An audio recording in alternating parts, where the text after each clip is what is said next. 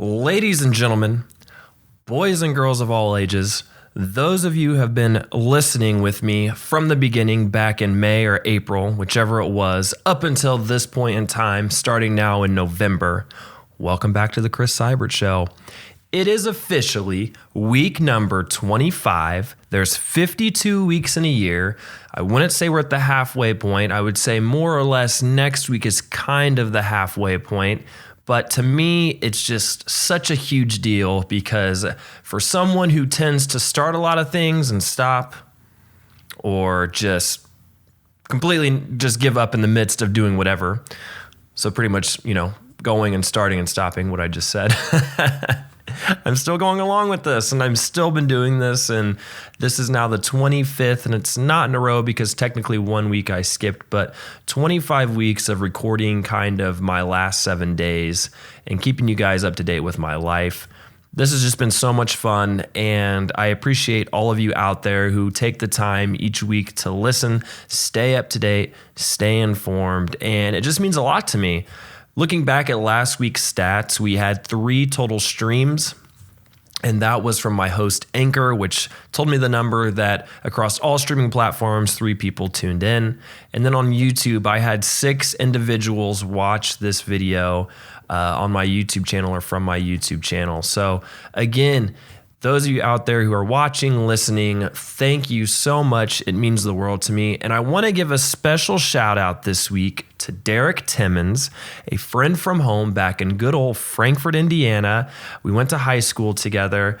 He shared a post on his Snapchat story of listening to this very podcast in his car, which just made my entire week. It was the coolest thing to see that and really made me happy and excited. And I really appreciate it. And Derek, if you've been listening every single week or listening occasionally, doesn't matter when, thank you so much for listening to me, because to me, this could be sometimes so boring to people, but I find pleasure in it. And if you're enjoying listening to it, well, then just thank you, sir. It means the world to me. So that's what I got for you guys this week in terms of analytics. And thank you, Derek. Just really, really appreciate that, man. So yeah.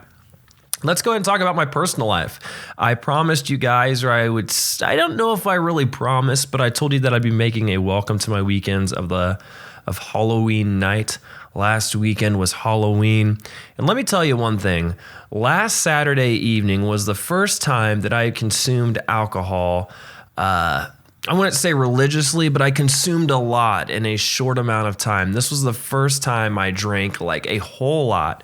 It seems like here recently in the past couple months, I haven't really been drinking a whole lot, maybe a couple beers here and there, but nothing hard or like consuming a lot in a certain period of time. But Saturday evening, my roommate Bryce, his girlfriend Brandy came over. Of course, my girlfriend Emily was here, and we kind of had like a little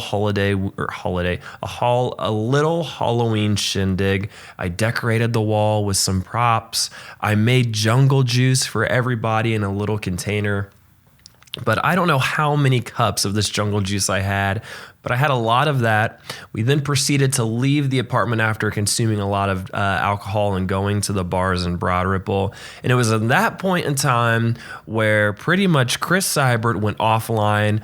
I had such a fun time, but it was kind of in and out more later in the evening. And then, of course, once I got back, I was lights out. I was in bed asleep. So therefore, where I'm getting at is I didn't have the time to record stuff. I wasn't really concentrating on what was really happening. I was just enjoying the moment, having fun with my roommate Bryce, his girlfriend Brandy, and my girlfriend Emily. It was so much fun. So for you guys out there that were hoping to see something this week and you've still yet to see it, you've heard it here first. I am very sorry that I wasn't able to record anything for you guys. It was so much fun, though. I wish you guys were there. But yeah, just if anything, I probably would have not said the right thing, or it probably would not have been appropriate. So it's probably best that the cell phone stayed away and I just enjoyed my evening. So therefore, for you guys, I'm sorry that there's no welcome to my weekends, but I hope you guys had a safe, fun Halloween weekend. It was so much fun. I was a scuba diver.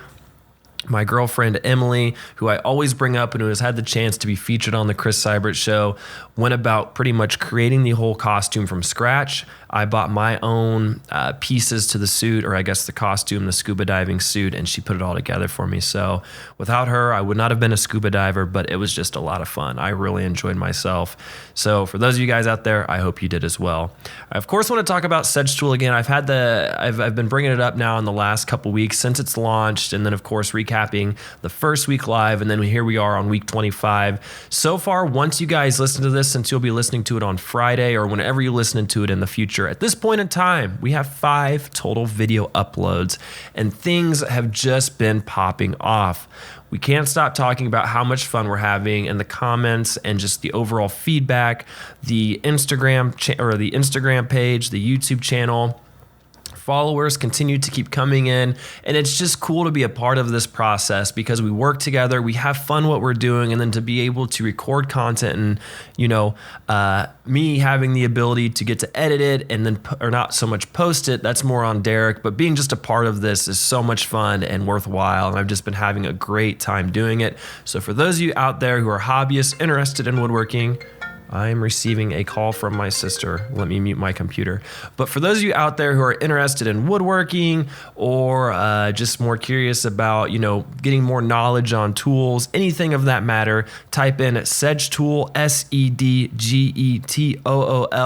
on YouTube, or you can also type that in on Instagram. But overall, it's been a blast. It's so much fun, and I just wanted to bring it up again for you guys. Talking about this coming weekend, what's up? What am I doing? I'm going apartment shopping. I really don't think Bryce and I are going to be able to go apartment shopping because he has to work. But in terms of next week, this weekend is more of just kind of getting the proper resources and narrowing down our list to figure out what we can both agree on and visit together and then decide from there. I'm at the age now, I just turned 25 this year on July, and the thing for me is I really want a house bad, but I am fortunate enough to be debt free, and I am just doing the best I can to continue to save, budget, so that way I'm able to put a massive down payment on a very cheap house, pay that off very quickly, and then move along from there. But it's very hard. I want to be stationary, but I got to continue to keep moving places year by year, it seems like. But overall, 7 points been great to me. But yeah, I'm going to be updating you guys. I will be narrowing it down, and we have to find a place because we are being evicted on December 20th. That is the last day I'm able to stay. And if I'm still here on that date, then I have to pay an extra couple $100, and that's the last thing I want. So yep, all in all, just going to be doing some apartment shopping this weekend, looking into it, and then going from there. Another chillaxed weekend to begin this month of November. So with the stock market information this week I got for you guys, I want to let you know that as of today, it's not so much old news, but I've made some changes, but I'm not going to share that right away because as a matter of fact, I made these changes literally probably less than 30 minutes ago. I got home from work, and I should have mentioned this about my personal life. I've been approved and I'm back at work again on Tuesdays and Thursdays, which I am so excited about. And I guess the reason why I'm bringing this up is because I haven't really been doing it, and today being the first Thursday, I'm back in the office for a while, and coming back I was just like, oh. So I laid down on my bed, and then I was going to take a small tiny nap, but then I started looking at Robinhood, the brokerage I use to trade stocks with, and I started doing some research, and then I was just like, oh my gosh, I'm wide awake now. So I've been doing some thinking. I made some quick changes, but I'm going to be updating and sharing you guys more next week with my bulletproof plan. Of course, as I continue to keep updating and making changes to my dividend portfolio. But yeah, I'm very excited to share it with you and curious to see if anybody has any thoughts who are out there listening. But before I shouldn't even say before, but I'm going to go ahead and talk about basically same old, and then next week we'll get into the new thing. So currently, as of today, now things are subject to change, just keep that in mind, but my dividend portfolio is around $17,300. So not really much has changed. We've still been doing the same thing again this week in terms of putting in $100, dividing that by 9, since there's 9 different companies that I like to reinvest in every single week, and it'd be $11.11 that go into these 9 different companies. But Realty Income, SPY, Chevron, AT&T, Coca-Cola, McDonald's, Home Depot, and Apple. That was currently, or I guess was the plan before I made the changes today. But if you guys can remember that last week, I talked about how my dividend income was at $670.95. That's passive income that I'm receiving from holding these stocks and ETF. And then after the reinvestment this week, we are now up to $672.62. So not really much of a change, but like I said, just seeing overall how there's been a shift in terms of, politicians, our government system, with both the election being this week, which was a huge day on Tuesday, and now being Thursday. There's still no clear winner on who's going to win, whether it be our president Donald Trump or former Vice President Joe Biden. I guess we'll have to see. But this week has overall been a crazy positive outcome in the stock market. So I'm curious to see, depending on what happens, if either Trump continues to stay elected for the next 4 years or we get Joe into the office. We'll see what happens or see what shakes out. But that was just something I wanted to kind of share too, was that for those of you out there who, I wouldn't say invest religiously, but keep on top of things and keep seeing how the market's performing and acting on a day-to-day basis. Last week in October was the last week to end October was insanely rough. It was one of the, I would say, more or worse trading weeks since I believe late March maybe. I can't remember. I was listening to a little tidbit on CNBC because that's what I listen to on my commute to work. But it was very rough last week, and I'm sure a lot of you who have holdings or maybe you're out of the market waiting for it to dip was a good time to buy. But this week, it's been a complete shift. Things have kind of started to go back up, and it's a very, very exciting outcome. But when I was looking back at my portfolio today and overall just how things are going, and especially if it so happens that Joe Biden is the winner and he gets elected into office, I'm really just wanting to see if I should shift some things around or change some things or keep some things the same. And again, I'm not going to share anything this week, but I did make some changes today, and I will be sharing that with you guys next week. One little small thing that I didn't actually bring up in terms of the stock market is if you guys can also recall that a few weeks ago or a couple weeks ago, I ended up deciding to sell PNC Financial, the bank that I use and that I love, and ended up deciding to diversify even more and buy cryptocurrency. And I ended up spending or buying $2,275 worth of Bitcoin. And this was around the price range of $13,309. That was my average that I got into. And currently today, or as of today, I should say, Bitcoin has surpassed $15,000. So I'm already up 10% from my original investment, up a couple $100, and it continues to keep heading north, which again, shout out to Andre. And I brought this up earlier last week that I watched this video saying that PayPal and also Square, they've introduced their users to be able to buy cryptocurrency, and bringing up that type of information and sharing other important articles looking into that and thinking more about it and sitting back and saying, you know what? The more and more people who are able to have access to cryptocurrency other than just, Coinbase, Robinhood, or other types of platforms are going to be able to, buy these cryptocurrencies, making them go up a lot higher. So again, I'm very thankful and blessed that I was able to kind of jump in on that train before it took off. And I'm not saying that it's done going up. It shall continue to go up more and more and more in the next months, years overall, because people are going to have access to this type of currency. So again, just happy and I'm excited. And for those of you out there that maybe so happen to take some of my advice and get in or look back at Andre's video as well, congratulations. It feels good to win sometimes and make some extra money here and there. So overall, that's really what I have for you guys in terms of the stock market. But yeah.